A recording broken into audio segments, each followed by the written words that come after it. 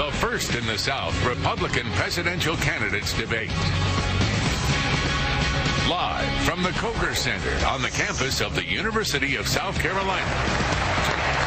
Congressman Paul, I believe you are the only man on the stage who opposes the war in Iraq, who would bring the troops home as quickly as almost immediately, sir. Are you out of step with your party? Is your party out of step with the rest of the world? If either of those is the case, why are you seeking its nomination? Well, I think the party has lost its way because the conservative wing of the Republican Party always advocated a non-interventionist foreign policy. Republicans were elected to end the Korean War. The Republicans were elected to end the Vietnam War. There's a strong tradition of being anti-war in the Republican Party. It is the constitutional position. It is the advice of the founders to follow a non-interventionist foreign policy. Stay out of entangling alliances. Be friends with countries. Negotiate and talk with them and trade with them. Just think of the tremendous improvement relationships with Vietnam. We lost 60,000 men. We came home in defeat. Now we go over there and invest in Vietnam. So there's a lot of merit to the advice of the founders and following the Constitution. And my argument is that we shouldn't go to war so carelessly. When we do, the wars don't end. Congressman, you don't think that changed with the 9/11 attack, sir? What changed? The non-interventionist policies. No, non-intervention was a major contributing factor. Have you ever read about the reasons they attacked us? They attack us because we've been over there. We've been bombing Iraq for 10 years. We've been in the Middle East. I think Reagan was right. We don't understand the irrationality of Middle Eastern politics. So right now we're building an embassy in Iraq that's bigger than the Vatican. We're building 14 permanent bases. What would we say here if China was doing this in our country or in the Gulf of Mexico? We would be objecting. We need to look at what we do from the perspective of what would happen if somebody else did it to us. Are you suggesting we invited the 9/11 attack, sir? I'm suggesting that we listen to the people who attacked us and the reason they did it. And they are delighted that we're over there because Osama bin Laden has said, I am glad you're over on our sand because we can target you so much easier. They have already now, since that time, have killed 3,400 of our men, and I don't think it was necessary. Wendell, may I make a comment on that? That's really an extraordinary statement. It's an extraordinary statement of someone who lived through the attack of September 11, that we invited the attack because we were attacking Iraq.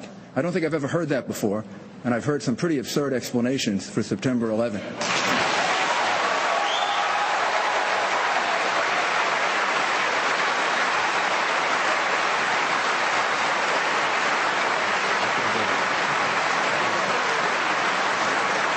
I would ask the congressman to withdraw that comment and tell us that he didn't really mean that. Congressman? I believe very sincerely that the CIA is correct when they teach and talk about blowback. When we went into Iran in 1953 and installed the Shah, yes, there was blowback. The reaction to that was the taking of our hostages, and that persists. And if we ignore that at our own risk. That if we think that we can do what we want around the world and not incite hatred, then we have a problem. They don't come here to attack us because we're rich and we're free. They come and they attack us because we're over there. I mean, what would we think if we were if other foreign countries were doing that to us? Can I have 30 seconds, please? No, wait a second. Let's all get 30 seconds. Ron Paul. He's my new hero. Start the clock. What he was saying was we should listen to our enemies. We would actually make ourselves safer.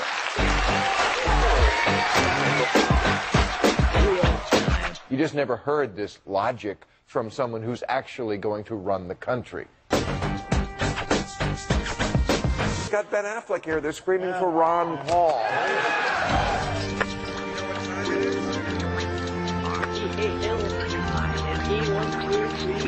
We're going to bring out Ron Paul in a little while.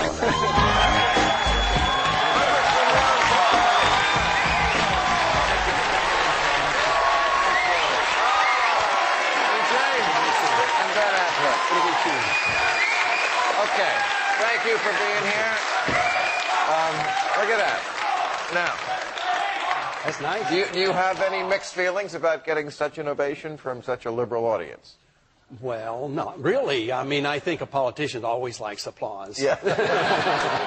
Well, we had you on about, I think it was late March, and I think we just scratched the surface, and that's really my fault. I should have scratched it more, but after I saw you in the debate, I said, you know what, this is a person who I really want to talk to a lot more. There's so many things I want to ask you, but I know you just got back yesterday. You were in Washington at the National Press Club, and I thought this was great. You presented Rudy Giuliani, I guess he wasn't there, but with a reading list. Right. And Rudy Giuliani, who took you on in this debate and pretends to be such a terrorism fighter, he really hasn't read anything about it, has he? No, it looks like he skipped the 9/11 investigation. You know, he didn't read that report because it sort of supported my position on that. And what of the things that you suggested he read do you think are most important that he'd be aware of?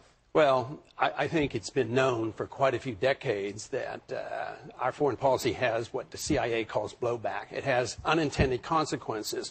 You can go back to 1953 when we put the Shah into power, or us supporting Osama bin Laden Right. and radicalizing the Islamics to go after the Soviets, and that comes back as blowback. Our support for Saddam Hussein in the 1980s. And this comes back to haunt us, and that's why I have been very attractive and very supportive of what I call a non-interventionist foreign policy. Mind our own business and stay out of the internal affairs of other nations. Well,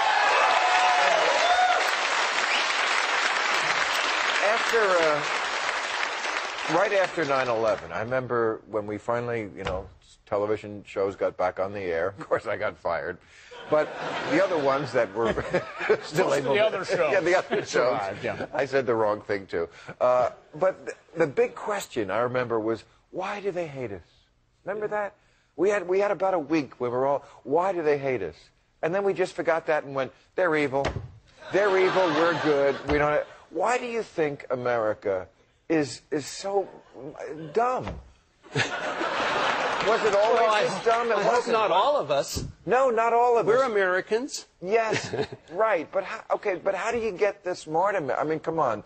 I mean, if America was a smarter country, wouldn't you be leading in the polls? Let's hope so. And that plus, if you can raise $100 million, money talks these days. So. I've said before that, when you're dealing with somebody who is your enemy, and we do have an enemy, but I wouldn't call them terrorists. I would call them Muslim fundamentalists. I don't think everyone who attacks us is a terrorist, certainly not in Iraq. But you have to either make them fear you or love you. It used to be America was loved around the world. We gave up. I don't know when was that? It was like Are you 1777. About a year. When Kennedy went anywhere around the world, he was beloved. Even Jackie that they liked. Clinton, when he went around the world, was beloved. People were in love with him, and he liked some of them too. I think what we should look for is respect. That's what we need, and that's what we don't have. And they look down upon us because we impose on them. I have no problems with this theoretical position of the neocons to spread the goodness of America, but just not with force. We should spread it by setting a good example, getting our house in order, making sure civil liberties are defended here. Then, when we have a free and prosperous economy and everybody's doing well and everybody's getting medical care, then they'll want to emulate us. So right. the peace is a powerful message, especially after the war has been going on and the people wake up and realize how many people die and how much it costs. And that's why I think the people are really ready for a message that says we don't have to be in this mess. Logic tells us that we can make a better world in a much easier way than causing wars. Well, I hope you're out there delivering it. Thank you, Congressman. Thank you. I appreciate you coming out here. Okay. You keep on it. Thank you. Ron Paul, everybody. Thank you very much. Thank you.